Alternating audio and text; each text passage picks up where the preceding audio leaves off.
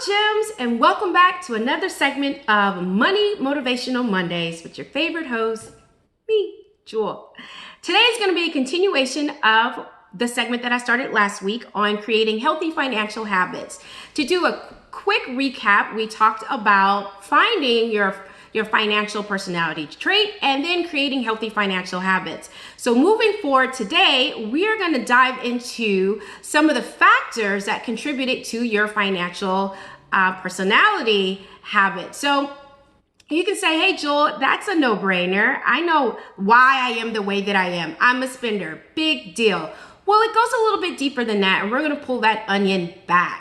There are two factors that play into the way that we are, and specifically our financial personality trait. That's the environmental and the psychological factor. So there's no coincidence that the apple does not fall far from the tree. Whether you grew up in a household with two savers, two spenders, or a spender and a saver, you tend to have picked up one of those traits from one or the other. For example, I grew up in a household with two savers. No coincidence that I grew up to be an ultimate saver. So we're going to take a look at the environmental factor. So the environmental factor looks like this. Hey, Jewell, I grew up in a household that was only able to pay for our essential needs, take care of a little bit of our debt, put food on the table, and that's it.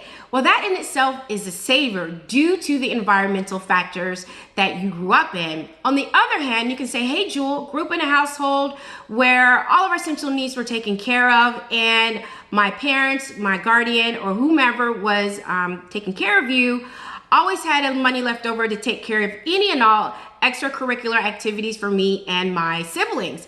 That in itself could be a household that grew up with a spending, because you never knew a day of financial stress. You never knew of a day of a financial burden. The other factor is a psychological reason behind your financial personality traits. Let's dive into that. So a psychological reason could be growing up and saying, hey, you know what? We never know what tomorrow's going to bring, i.e. the quarantine. So let's just play it safe.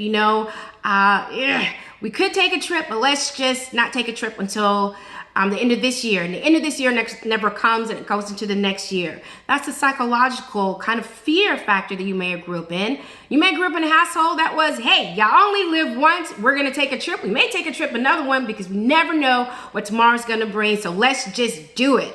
And you may have adapted one or both of those, because sometimes you can have a hybrid of both of those factors, the environmental as well as the psychological. So how does that affect who you are today?